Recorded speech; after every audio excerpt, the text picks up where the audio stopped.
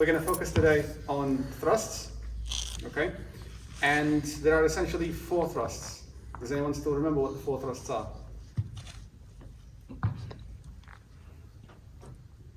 Cool.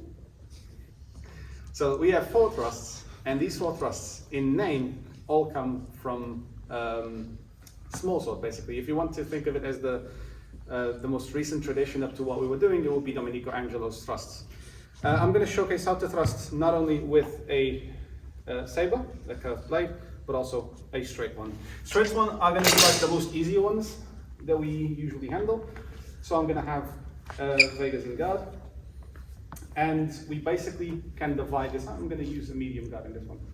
Okay. We have thrusts on the inside. So if you 45-degree angle for the camera. There we go. Oh, there we go. Perfect. So we can face this as inside line and outside line. Okay, we're going to have thrusts made to the inside line and thrusts made to the outside line. Every time that we are thrusting on the inside line is going to be nails up. And what do you guys think, name-wise? Nails down. No. No. No, the name of the thrust if we are thrusting nails up. Nails up. Trust. That's logical thinking. Thank you. Cut. So if I am, I don't want to be actually engaged, but I can be like this. If I'm thrusting on the inside line, remember, we disengage under to thrust, okay, and over to cut. So if I disengage over, I'm going to cut. If I disengage under, I am going to thrust. Okay? So again, outside, I can start an outside guard, I can start basically any guard. I will disengage under, circle around, and I'm doing this very exaggerated movement just to show you that you need to disengage under. Disengage under, rotate nails up, and from here keep blade opposition, so keep blade contact, and just thrust above his sword. This is a thrust in card. Okay, a thrust made over and inside the blade. Nails up. So far so good? Easy. Now, if I am thrusting to his belly on the inside line. What do you guys think this one's going to be called? Cut to the belly. No, it's a thrust. Okay. Thrust to the belly. Thrust to the belly. It should be like a number, like second or tiers. Actually, it's. I like his reasoning. Wrong, but I like his reasoning. I've said it 4 times already.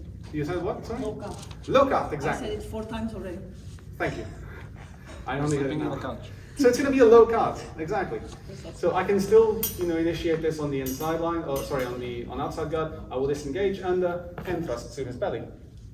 Okay, I can keep opposition or not opposition. It doesn't really matter for this one. I just want you guys to understand where the 4 targets are for the 4 thrusts. Okay, so we have cut, low cut, and it depends. It's always done on the inside line, above the sword or below the sword. The only difference is that one. Okay. We won't be really focusing on the setups for now, but I want you guys to understand how these ones are targeted at. So on the outside, we're going to have 2 more thrusts. We're going to have a thrust outside on the outside line above the sword, which is going to be targeted anywhere. It can be targeted to the arm, can be targeted to the chest as well. So long as I'm going on the outside line, my nails go down because I want to keep blade opposition.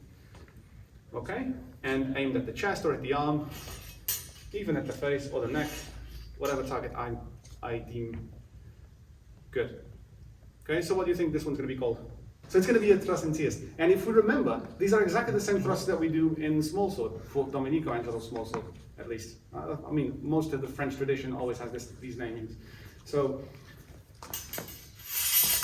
tiers.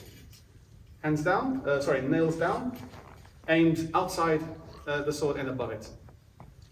Good. The last one, the thrust in, which is done outside and below the sword.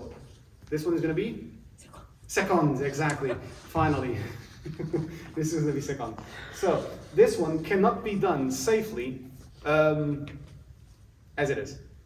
Okay, so while I can do it on the inside relatively safely without any setups, this one is the only one that requires a setup, and we need to make an opening around here somewhere to really get him to raise the sword. There we go.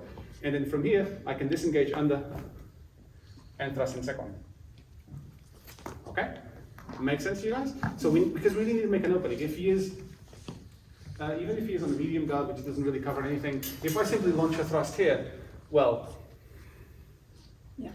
sure, he might be there, but I'm also there. Okay? So remember, we're going to have 4 thrusts. Easy enough to remember. On the inside line in cards, on the belly in low cards, on the outside in tierce, and below the sword in seconds. Okay? Remember that the second one, we need to make a feint, we need to make an opening, either a cut here, sorry, around here, or even better, cut here, disengage under, thrust. Okay? Make sense, everyone? Yeah? Lovely. How do we do it with a curved blade? You will notice that a curved blade will have the tendency to take my point off target or off center. So if I start this, for example, on the inside and I thrust directly from here, look at what happens.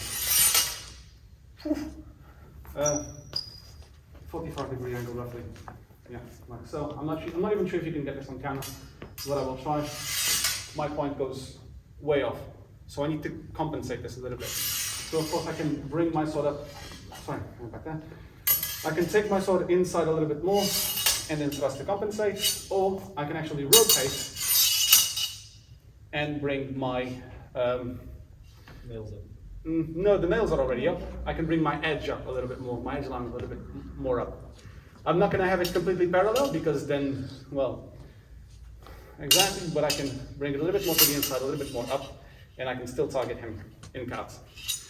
In low cards, it doesn't really change all that much. We can still, of course, do it, but it's not like the most dangerous one to do. Same thing. Okay.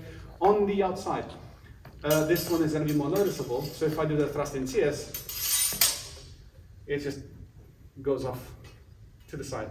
So I can again compensate this a little bit more by bringing my sword out and then thrusting.